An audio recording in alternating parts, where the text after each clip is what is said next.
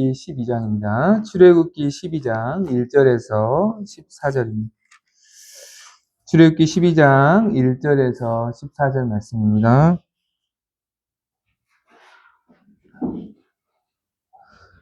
네, 우리 옆에 분 이렇게 좀 인사 나누시겠습니다. 하나님께서 당신을 정말 사랑하십니다. 자, 시작.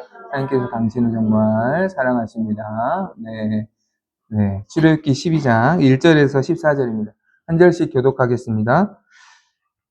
여호와께서 애굽 땅에서 모세와 아론에게 일러 말씀하시되 너희는 이스라엘 온 회중에게 말하여 이르라. 이달 열흘에 너희 각자가 어린 양을 취할지니 각 가족대로 그 식구를 위하여 어린 양을 취하되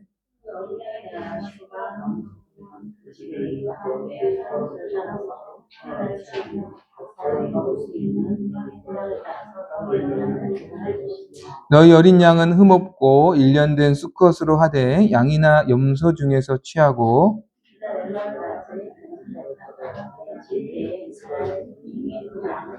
그 피를 양을 먹을 집 좌우 문설주와 임방에 바르고 날것으로나 물에 삶아서 먹지 말고 머리와 다리와 내장을 다 불에 구워 먹고 너희는 그것을 이렇게 먹을지니 허리에 띠를 띠고 발에 신을 신고 손에 지팡이를 잡고 급히 먹으라. 이것이 여호와의 유월절이니라.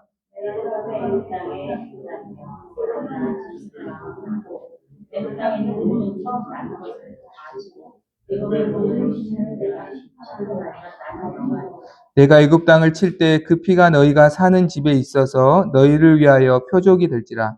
내가 피를 볼 때에 너희를 넘어가리니 재앙이 너희에게 내려 멸하지 아니하리라.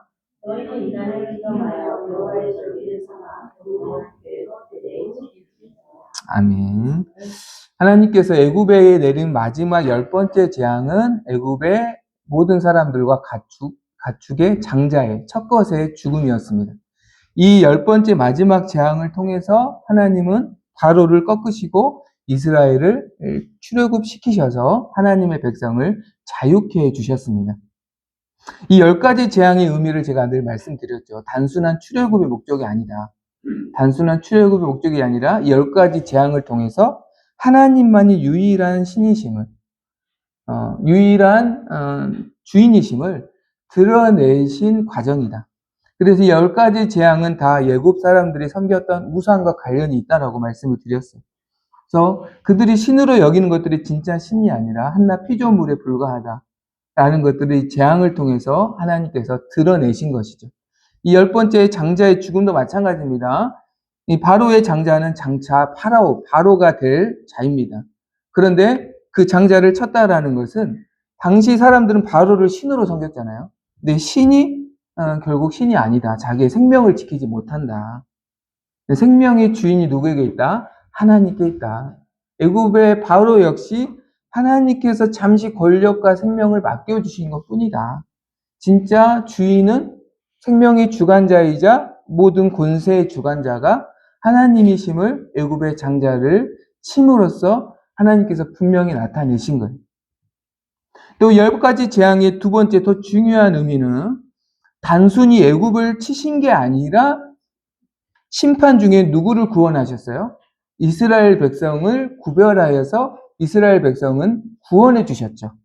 그래서 이 10가지 재앙의 더 중요한 의미는 창세기 3장 15절에 여자의 후손을 통해서 하나님이 자기 백성을 구원하실 것이라고 말씀하셨잖아요. 그러니까 이 애굽의 10가지 재앙을 통해서 장차 여자의 후손이신 예수님을 통해서 우리를 어떻게 구원하실지를 미리 알려주신 사건이다. 그래서 이 10가지 재앙의 끝으로 갈수록 예수님이 더욱더 분명히 드러납니다. 어떻게 여자의 후손을 통해서 하나님께서 자기 백성을 구원하실 것인지를 끝까지 갈수록 마지막 10번째 재앙에서 더 분명히 드러나게 되어 있어요.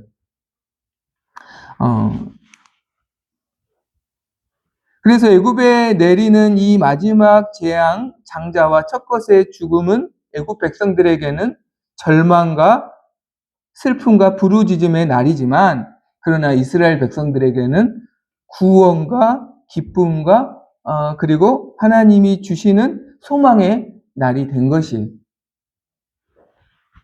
우리가 잘 알다시피 하나님은 이스라엘 백성을 어떻게 애굽의 장자의 첫것의 죽음에서 건져주셨나요? 오늘 말씀 보니까 7절에 어린 양을 잡아서 그 피를 집의 문설주와 임방에 바르게 하시고 그리고 그 어린 양을 그 밤에 급히 먹게 하셔서 그 피가 있는 그 집을 사망의 재앙을 내리지 않게 하시고 그리고 그 피가 없는 곳에만 사망의 재앙이 내려서 하나님께서 그 어린 양의 피로 자기 백성을 구원하신 날, 그것을 유월절이라고 하나님께서 말씀하시고 이 날을 대대로 지켜서 하나님의 은혜를 기억하라 라고 말씀하셨습니다. 여러분, 이스라엘 백성이 문설주와 임방에 바른 어린 양의 피는 누구의 피를 나타내신 필까요? 그렇습니다. 네, 장로님 감사합니다. 네, 예수 그리스도, 예수 그리스도의 십자가의 피를 우리에게 보여주신 사건이에요.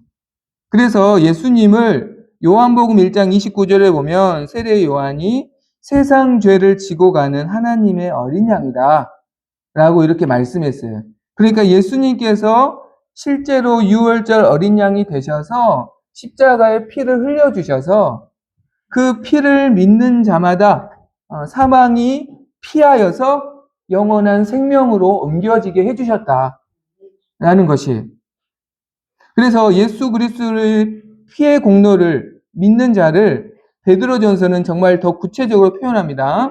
베드로전서 1장 2절을 보면 그리스도의 피의 공로를 믿는 자를 그의 피의 뿌림을 받은 자들이라고 표현해요.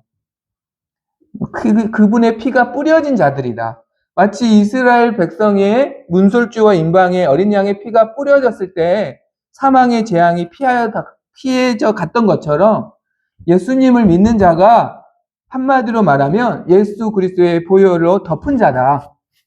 그의 피뿌림을 받은 자다. 그래서 그 피를 보고 사망이 피하여서 영원한 생명으로 옮겨진 자들이다.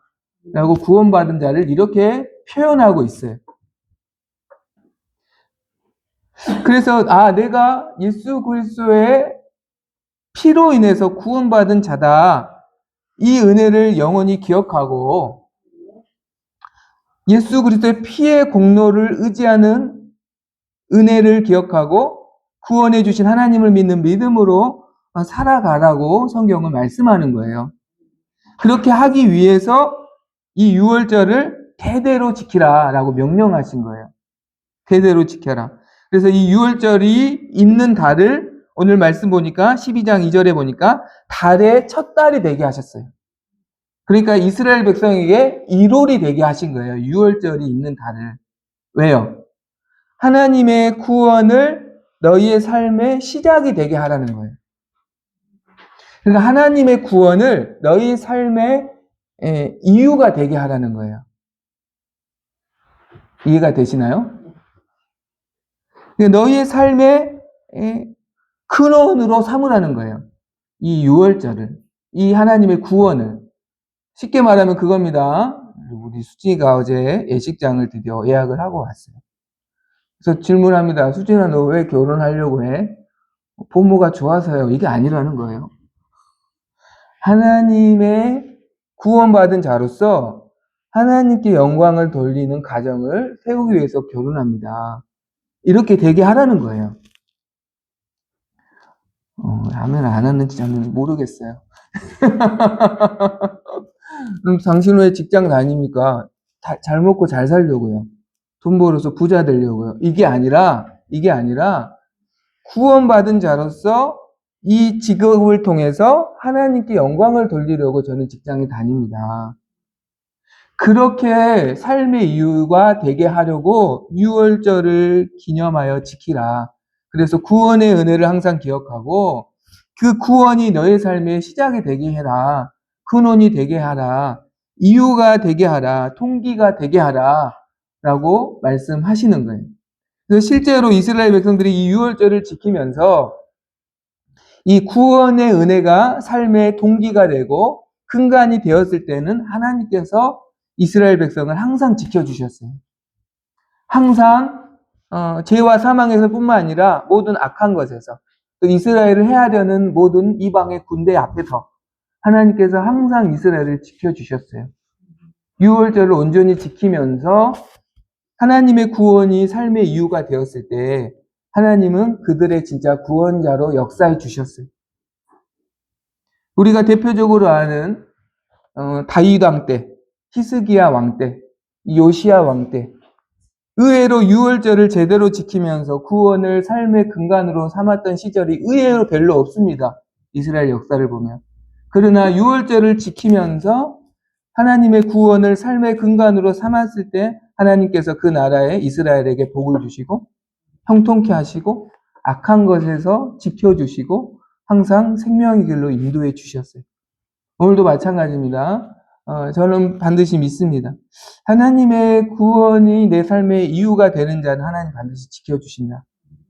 하나님께서 반드시 은혜를 베풀어 주신다. 돈이 없어도 또 출세하지 못해도 또 사람들에게 버림을 받아도 어떤 문제가 생겨도 반드시 하나님께서 지켜주신다. 사망의 권세에서 구원해 주신 것처럼 반드시 모든 순간에 보호해 주시고 지켜주신다. 이 은혜를 베풀어 주실 줄로 믿습니다. 그래서 이 6월절 안에는 우리가 구원의 원리를 우리의 삶에 어떻게 적용해야 하는지를 설명해 주고 있어요. 어떻게 구원의 은혜를 우리의 삶의 근간으로 삼으면서 구원이 나의 삶의 이유가 되는 삶을 살 수 있는지를 그 비결이 이 6월절 안에 담겨져 있어요. 그래서 6월절을 우리가 어떻게 우리의 현실에 맞게 적용하여서 지켜서 구원이 삶의 이유가 되고 시작이 되는 삶을 살 수 있을까? 6월절 우리가 어떻게 지켜야 하냐면 우리 3절 4절 한번 읽어봅니다. 3절 4절 함께 읽어봅니다. 다 같이 시작. 너희는 이스라엘 온 회중에게 말하여 이르라. 이달 열흘에 너희 각자가 어린 양을 취할지니 각 가족대로 그 식구를 위하여 어린 양을 취하되 그 어린 양에 대하여 식구가 너무 적으면 그 집의 이웃과 함께 사람 수를 따라서 하나를 취하며 각 사람이 먹을 수 있는 분량에 따라서 너희 어린 양을 계산할 것이며 7절을 보면 7절 다 같이 시작. 그 피를 양을 먹을 집 좌우 문설주와 임방에 바르고. 자, 유월절을 지키라.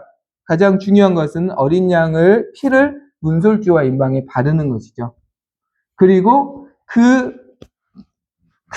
어린 양을 그 집 안에서 함께 충분한 분량에 따라 먹으라라고 말씀하고 있습니다. 3절, 4절을 우리가 다시 한번 보면 가족의 수를 고려해서 충분한 양의 양을 잡아라라고 말씀해요. 그리고 9절, 10절을 보면 9절, 10절 우리 9절, 10절도 함께 읽어봅니다. 출애굽기 12장 9절, 10절입니다. 다 같이 시작.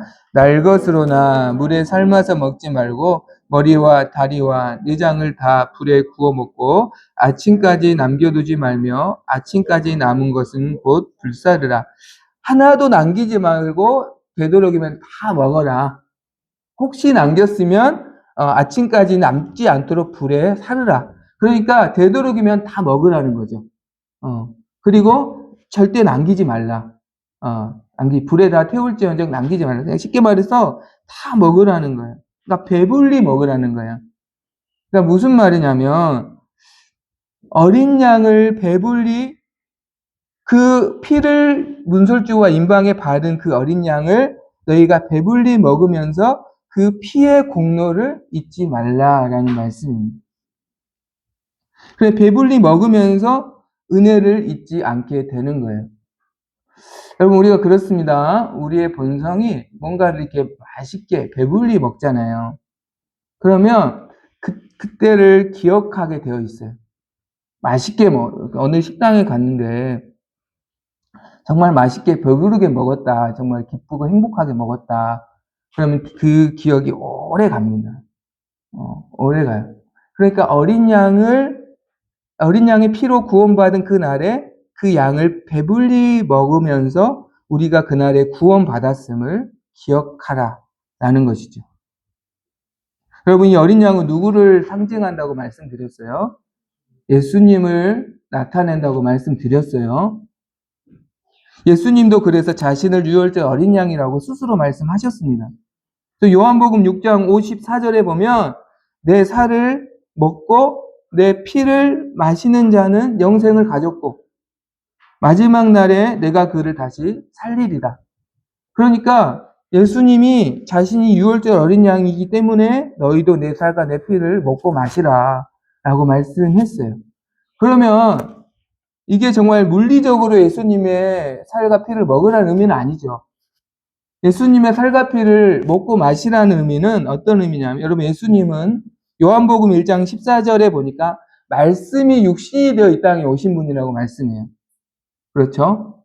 그러니까 예수님의 살과 피를 먹으라는 것은 예수님이 즉 말씀이 육신이 되셨다는 것은 하나님의 말씀이 곧 예수님이라는 의미죠. 그러니까 예수님의 살과 피를 먹고 마시라는 것은 예수님의 모든 말씀을 우리가 다 취하라는 말씀입니다. 예수님의 모든 말씀, 하나님의 모든 말씀을 우리가 배불리 취하라. 그것이 유월절을 지키는 진정한 의미다. 근데 어떻게 취해야 됩니까? 출애굽기 12장 9절에 보니까 하나도 남기지 말고 머리와 다리와 내장까지 다 불에 구워 먹으라고 하셨잖아요.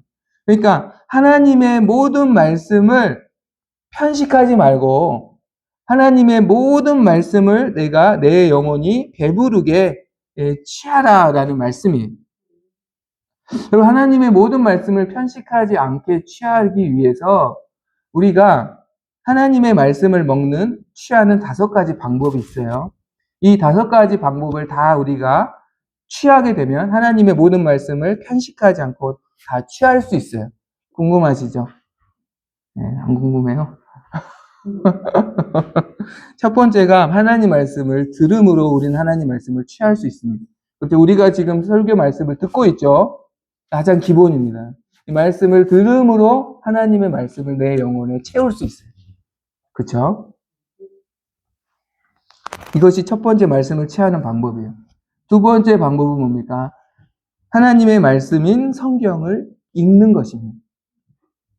성경을 우리는 읽음으로써 하나님의 말씀을 내 영혼에 채울 수 있습니다. 그렇죠? 여러분, 성경 읽으면 은혜를 받죠? 예수님을 내 마음에 더 가까이 만날 수 있습니다. 그렇죠? 성경 설마 주일에 한 번 아니시죠? 네. 그것도 괜찮아요. 네, 그것도 잘하는 거예요. 네, 안 하는 것보다는. 네네. 세 번째는 읽은 말씀에서 그치는 게 아니라 그 말씀을 되새기는 것입니다. 묵상하는 거죠. 이것이 어떤 의미인가 마음에 계속 새기고 마음에 되새김질 하는 것을 묵상이라고 해요. 그러면 하나님 말씀의 의미가 더 깊이 내 안에 다가오고 하나님 말씀 내가 더 깊이 그 말씀의 정수를 얻게 됩니다. 그리고 네 번째가 묵상에서 더 나아가서 깊이 연구하고 공부하는 거예요. 성경 공부라고 하죠. 공부를 통해서 하나님 말씀을 더 구체적으로 취할 수가 있습니다. 그렇죠? 마지막 5번째, 하나님의 말씀을 공부하는 데서 더 나아가서 암송하는 것이죠. 암송해서 내 마음에 완전히 새기는 것입니다. 그래서 이 하나님의 말씀을 내 안에 온전히 채우는 것이에요. 이 5가지를 어떤 분은 하나님을 붙잡는 5 손가락이다 이렇게 표현하시기도 하더라고요. 우리가 손가락이 하나일 때는 붙잡는 힘이 약하잖아요. 하나보다는 2개가 더 강하죠. 2개보다는 3개가 더 강하지 않겠어요? 3개보다는 4개가, 4개보다는 5개가 더 강하죠. 그래서 이 하나님의 말씀의 손가락이 많으면 많을수록 하나님을 더 온전히 붙들 수 있다. 하나님의 말씀을 더 충만하게 취할 수 있다. 라고 말씀하고 있어요. 그래서 내가 이 5가지 방법 중에 5가지 손가락 중에 몇 개를 가졌는가? 이게 1개면 기왕이면 2개가 되기를 바라고요. 2개면 기왕이면 3개가 되기를 바라고요. 3개면 기왕이면 4개, 5개가 되기를 바랍니다. 그것이 하나님의 말씀을 취할 수 있는, 풍성하게 취할 수 있는 가장 기본적인 방법이다. 여러분, 그래서 말씀도 잘 들어야 되고요. 또, 말씀도 읽어야 되고요. 공부도 해야 되고요. 묵상해야 되고요. 그래서 우리 주일에 묵상한 거 좀 나누잖아요. 네. 네. 그리고 암송하고요. 네, 암송하고요. 네. 두 번째는 말씀을 각자가 먹어야 된다는 거예요. 자, 우리 말씀 보겠습니다. 3절, 4절을 보면 각 가족대로 각자가 어린 양을 취하라. 그쵸? 왜 각자가 취하라고 했을까요? 그러니까 그겁니다. 우리가 한 식구는 밥의 양을 알잖아요. 어느 정도 먹는지. 그래서 각 가족대로 각 식구별로 충분히 먹을 양을 준비하라는 거예요. 그러니까 마리수를 몇 마리라고 정해두지 않으셨어요. 무슨 말이냐면 배불리 먹을 만큼 잡으라는 거예요. 배불리 먹을 만큼. 양이 다 다릅니다. 그래서 왜 각자가 먹으라고 말씀하셨냐면 여러분 누가 먹여주는 밥으로는 절대 배부를 수가 없어요. 누가 먹여주는 밥으로는 잠깐 뭐 허기는 가질 수 있어요. 그러나 내 양은 내가 제일 잘 알잖아요.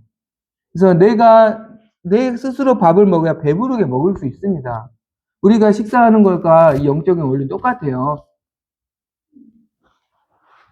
내가 마음껏 내 원대로 정해서 내가 밥 퍼야 배부르게 먹죠. 누가 밥 퍼주면 좀 서운할 때 있어요. 내 양을 잘 알고 누구보다 내가 배불리 먹으려면 그래서 각자가 먹을 만큼 준비하라는 거예요. 어린 양. 각자가 먹을 만큼 취하라고 말씀하고 있어요. 하나님 말씀을 취하는 것도 마찬가지입니다. 그래서 여러분 누가 먹여주는 말씀으로는 배부를 수가 없습니다. 허기는 잠깐 가실 수 있죠. 여러분 허기만 잠깐 가시면 금방 또 배고파져요. 그러니까 각자가 하나님의 말씀을 취해야 개인적으로 충분하게 배부를 수가 있다.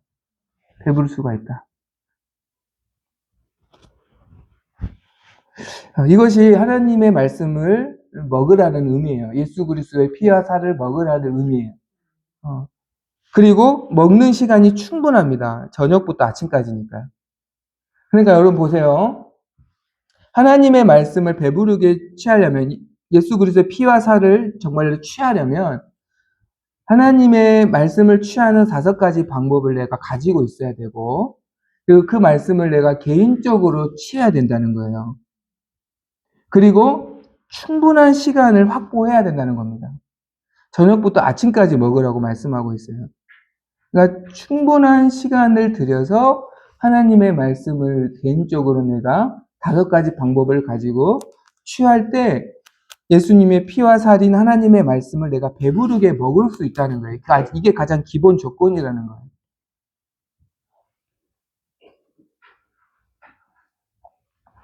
두 번째, 먹는 방법도 중요하지만 먹는 자세도 중요합니다.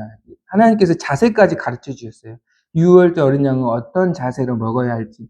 11절 말씀입니다. 11절 함께 읽습니다. 다 같이 시작. 너희는 그것을 이렇게 먹을지니 허리에 띠를 띠고 발에 신을 신고 손에 지팡이를 잡고 급히 먹으라. 이것이 여호와의 유월절이니라. 그렇죠? 왜 이렇게 먹어야 하는지 12절에 말씀하세요. 12절 읽습니다. 다 같이 시작. 내가 그 밤에 애굽 땅에 두루다니며 사람이나 짐승을 막론하고 애굽 땅에 있는 모든 처음 난 것을 다 치고 애굽의 모든 신을 내가 심판하리라. 나는 여호와라. 자, 다시 한번 말씀드리면 11절에 말씀을 먹을 때의 자세, 6월절 어린 양을 먹을 때 자세를 가르쳐 주시는 거예요. 우아하고 막 편안하게 먹으라고 하시는 게 아니라 마치 군대의 전시 상황인 것처럼 여기고 먹으라는 겁니다. 발에 신을 신고 띠를 띠고 지팡이를 잡고 급히 먹으라. 그러니까 요즘으로 말하면 군인이 완전 무장한 상태에서 언제든지 명령이 떨어지면 출동할 모든 준비를 갖추고 그 긴박한 긴장감 속에서 하나님의 말씀을 먹어야 한다. 어린 양을 먹어야 한다라고 말씀해요. 그럼 뭐 그 우아한 레스토랑에 가서 이렇게 스테이크 썰듯이 먹는 게 아니라는 거예요. 하나님 말씀은. 왜요? 12절에 말씀하잖아요. 하나님께서 애굽의 모든 하나님을 대적하는 애굽의 모든 바로와 악한 신들을 심판하시는 중이라는 거예요. 그렇죠? 그러니까 하나님께서 우리를 위해 싸우고 계시는 중이라는 거예요. 그러니까 영적인 전쟁 가운데 너희가 있다라는 거예요.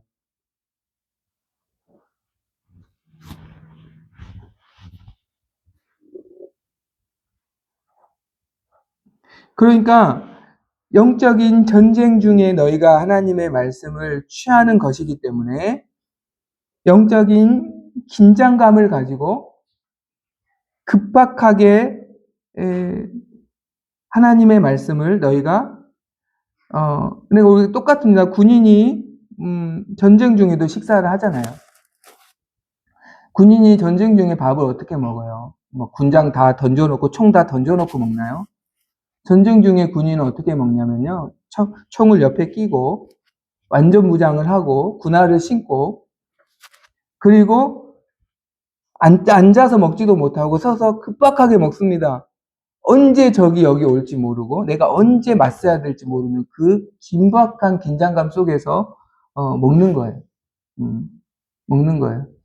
그래서 우리가 말씀을 취할 때 우리가 항상 기억해야 될 것은 하나님께서 우리를 위해 싸우시는 가운데 우리가 말씀을 먹는 거예요. 그러니까 영적인 전쟁 중에 우리가 지금 말씀을 먹는 겁니다. 하나님도 역사하시지만 마귀도 하나님을 대적하는 그 영적인 전쟁의 한복판에 우리가 항상 서 있는 거예요. 그래서 우리가 예배를 드릴 때도 마귀도 많이 공격합니다. 하나님의 말씀을 읽을 때 마귀도 공격해요. 영적인 전쟁 가운데 우리가 있어요. 그래서 그것을 알고 먹으라는 거예요. 영적인 긴장감을 늦추지 말고 하나님 말씀을 먹으라는 거예요.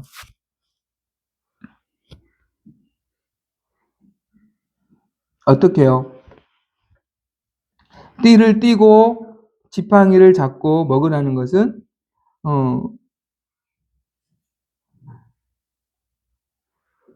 하나님께서 이제 애굽에 나와라 라고 말씀하시면 즉시 나갈 수 있는 모든 준비를 하고 먹으라는 거죠. 그러니까 이 말씀은 하나님의 말씀에 순종을 결단하면서 하나님의 말씀을 영적인 긴장감을 가지고 급하게 먹으라는 거죠. 명령이 떨어지면 즉시 순종하고 즉시 떠날 각오를 이미 마치고 그것을 결단하면서 먹는 것이라는 거예요. 여러분, 그래서 우리가 하나님 말씀을 취할 때 영적인 전쟁 가운데 있다는 걸 기억하고 긴장감을 가지고 먹어야 하고 이 말씀에 순종을 결단하면서 먹어야 하는 거예요. 하나님 말씀하시면 언제든지 순종하겠습니다. 라는 고백을 가지고 이 결단을 하면서 여러분 말씀을 먹어야 하는 거예요.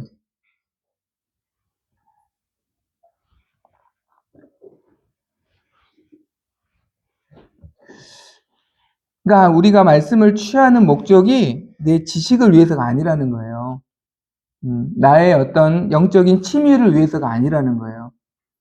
말씀의 순종을 위해서 먹으라는 거죠. 순종을 결단하면서 먹으라는 거예요.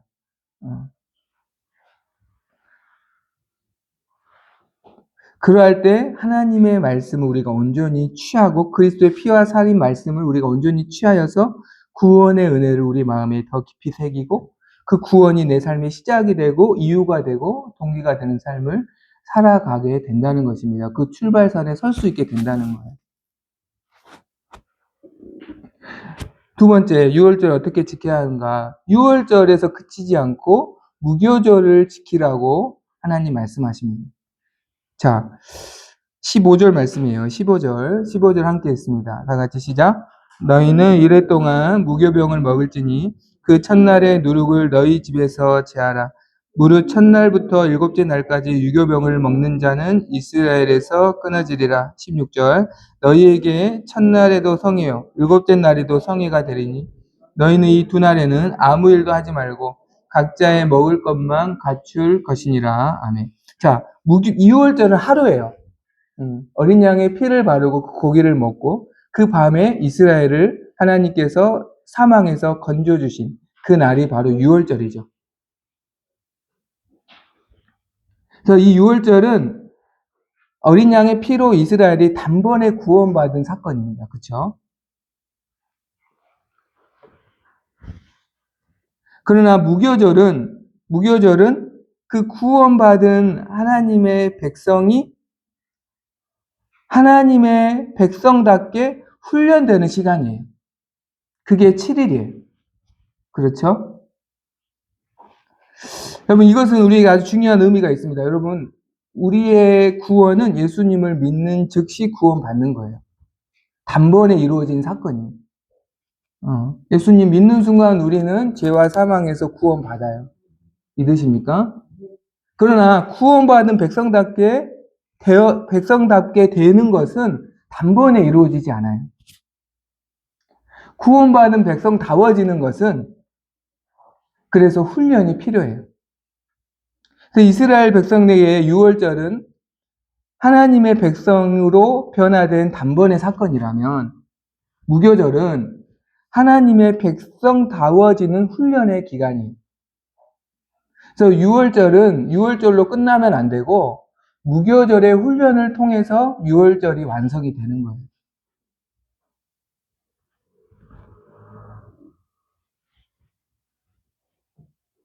군인이 입대로 끝나는 게 아니라 훈련소를 나와야죠. 훈련소를 나와야 그게 군인이 되는 거예요. 입대했다고 바로 군인이 아니면 총도 못 쐈는데. 그렇잖아요. 입대한 날에 군인은 됐지만 총도 못 쏴요. 어떻게 전쟁에 투입이 되나요? 못 되죠. 훈련소를 통과해야 군인이 된 거예요. 전쟁에 투입될 수 있는 거예요. 여러분, 그렇습니다. 하나님의 구원은 하나님의 전적인 은혜예요. 단번에 이루어진 사건이에요. 그렇지만 하나님의 백성답게 내가 백성다워지고 하나님의 백성답게 살아내게 되는 것은 단번에 이루어지지 않는 거예요. 그래서 훈련이 필요해요. 근데 무교절이 하나님의 백성을 훈련하는 시간이라고 말씀드렸잖아요. 7일이거든요. 7일 동안 무교절을 지켜라. 근데 이 성경에서 이 7이라는 숫자는 완전수예요. 완전수. 일주일도 7일이죠. 완전수. 그러니까 우리가 하나님의 자녀가 되는 것은 예수님을 믿는 순간에 이루어진 단번에 허락하신 은혜라면 하나님의 백성답게 되는 것은 끝없는 훈련이 필요하다는 것을 의미해요.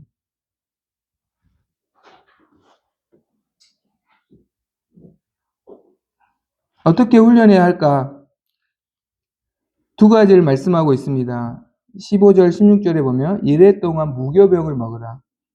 이 무교병은 여러분 어떤 거냐면 이스라엘 백성이 단번에 구원받았기 때문에 이스라엘 백성들도 갑작스럽게 구원받은 거예요. 그러다 보니까 여러분 빵에는 누룩이 들어가죠. 효소라 그러죠. 그래서 이스라엘 백성이 내일 먹을 그 빵을 준비하는데 미처 효소를 넣지 못한 상황에서 반죽만 해놓은 상황에서 이스라엘 백성이 애굽을 나오게 됐어요. 그걸 무교병이라고 해요. 누룩이 안 들어간 빵.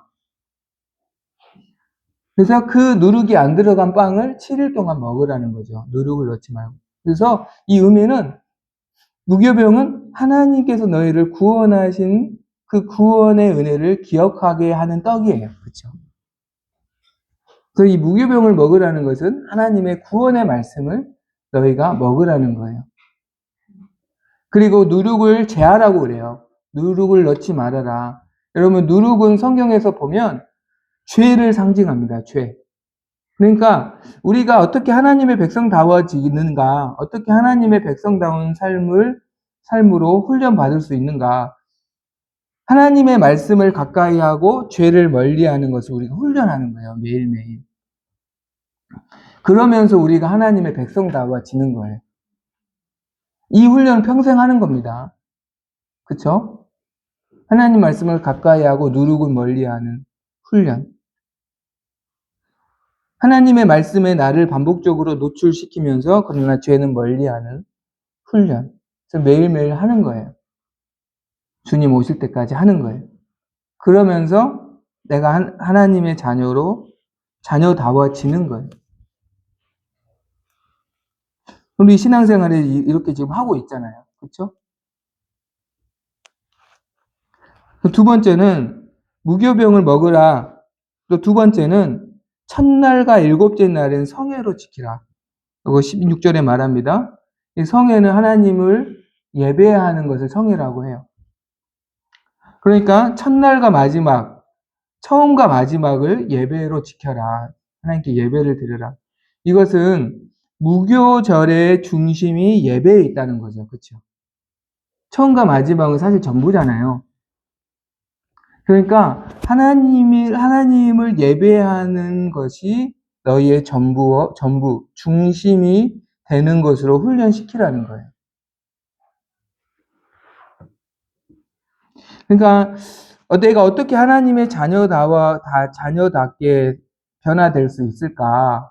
이것은 하나님께 드리는 예배, 그 예배가 내 삶의 중심이 되도록 훈련하라는 겁니다. 그러니까 예배를 내 삶에 끼워 넣는 것이 아니라, 예배를 내 삶에 끼워 넣는 것과 예배가 내 삶의 중심이 되는 것은 다른 것입니다, 여러분.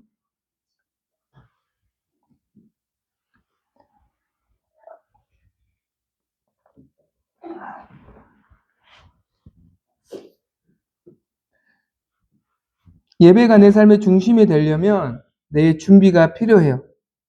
16절에 보니까 너희에게 첫날에도 성회요 일곱째 날에도 성회가 되리니 너희는 이 두 날에는 아무 일도 하지 말고 각자의 먹을 것만 갖출 것이니라. 그러니까 예배에 집중하고 예배가 중심이 되게 하기 위해서는 아무 일도 하지 말고 먹을 것만 각자 준비해라. 각자의 도시락만 준비하라는 거예요. 그러니까 내 삶에 예배를 위한 절제가 필요하다는 거예요. 예배에 집중하기 위해 꼭 필요한 것 외에는 절제하는 훈련이 필요하다는 거죠. 하고 싶은 거 다 하면서 예배가 중심이 되는 삶을 살 수는 없다는 거예요. 네, 친구들 만나고 싶은 데 다 만나고 놀 거 다 놀고 취미생활 할 거 다 하면서 예배가 내 삶의 중심이 될 수는 없다는 거예요. 꼭 필요한 도시락만 준비하고 나머지는 예배를 위해 준비하라고 말씀하고 있어요. 그래야 성회에 너희가 집중할 수 있고 예배의 중심이 되는 삶을 너희가 살 수 있다. 그 예배를 통해서 너희가 하나님의 자녀답게 변화된다라는 것이죠.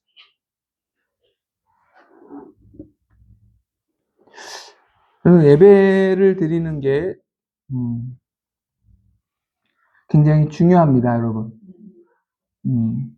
그러니까 예배를 내 삶에 끼워 넣는 것과 예배가 중심이 되는 것은 전혀 다른 문제입니다. 예배는 내 삶의 액세서리가 아니라요. 내 삶의 중심이고 어떻게 보면 내 삶의 이유로 바뀌어야 되는 거예요. 그것이 그 예배가 하나님 받으시는 예배가 돼서 하나님께서 나를 그 예배 가운데 하나님의 사람으로 만져주시는 거예요. 나를 변화시켜 주시는 거예요. 그거를 한마디로 말해서 우리는 은혜 받는다고 하는 거예요. 예배 전에 예배를 위해서 절제하는 것 꼭 필요합니다.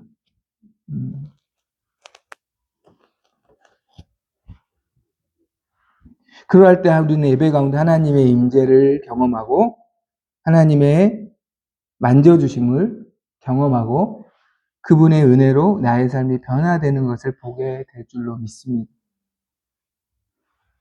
결국 이 유월절은 유월절에서 끝나면 안 되고 무교절의 훈련을 통해서 완성이 된다라는 것이에요. 여러분 그렇습니다. 유월절 어린 양이신 예수 그리스도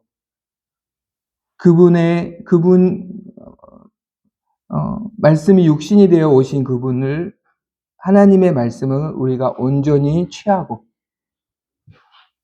이 무교절의 훈련을 통해서 하나님의 사람으로 변화되기를 소망합니다. 그래서 항상 구원이 나의 삶의 이유가 되고 근간이 되고 근원이 되어서 죄와 사망에서 건져주신 하나님의 은혜가 모든 환난과 고난 속에서도 건져주시는 은혜로 날마다 우리 삶에 경험되어지고 그분의 도우심과 인도하심이 평생을 경험하는 우리의 삶이 되시기를 간절히 소망합니다. 시간 찬양 드리겠습니다.